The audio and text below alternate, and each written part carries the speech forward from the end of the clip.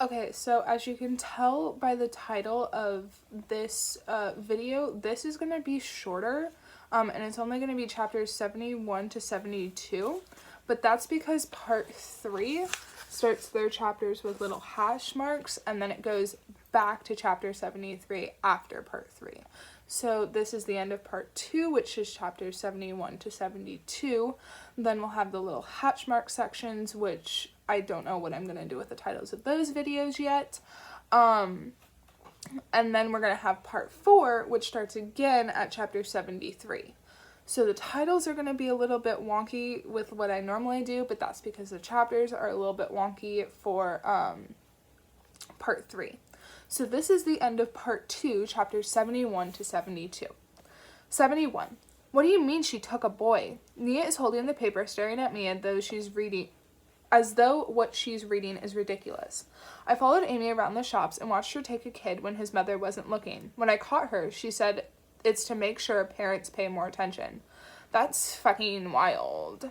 She thinks she's doing something good. Nia shakes her head. Well, she's not, and that should definitely be bumped up to a clue. If she's targeting bad parents, what does that say about her own? You might be onto something. You think so? Yes, but I don't think we can have handshakes and surprise visits on the list. It was a hard grip, I say. I think it was a warning. Nia laughs. Probably to stay away from his daughter. Dad does the same whenever a boy comes round. I think back to the only time Nia brought a boy home. Jay wasn't anything like Chris. He was his usual happy self, and they talked about football for hours. I think Jay liked him more than Nia did. It was more than that, I say, but I cross it off the list anyway.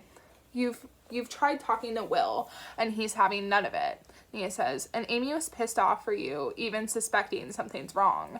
Her dad was super protective, and her mom's playing happy families. But here's the thing, you don't need any of them. I don't? No, because everything you have so far has come either from our house or from you being a stalker guy. I'm not a stalker. I know, but you followed her when she was shopping, and you got her whole family here so you could break into her garden. They're not going to suddenly open up now. Nia waves the clues in front of me and says, I'm sorry I made fun of you before.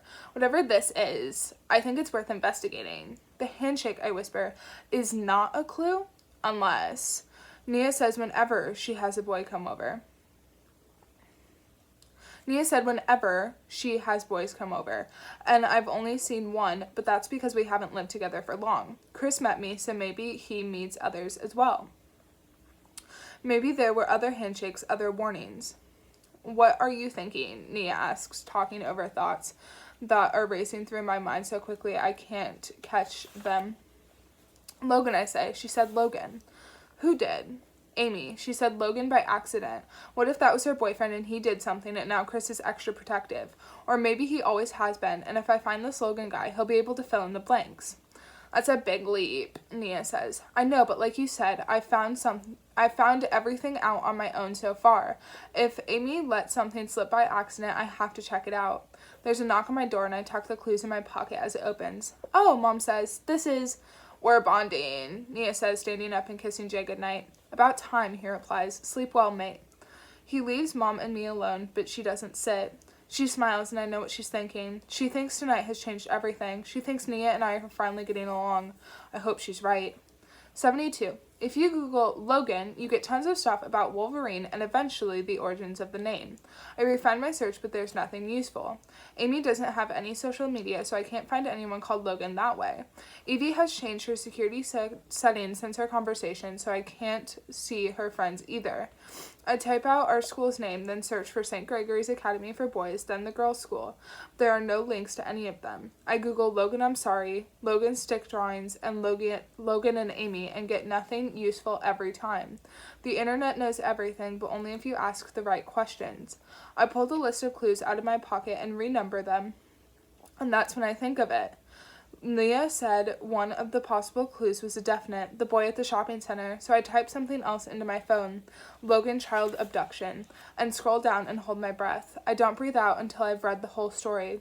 Logan Connolly was 4 when he disappeared. It was lunchtime on a quiet street near a park, and he was never seen again. It happened when Amy was 11.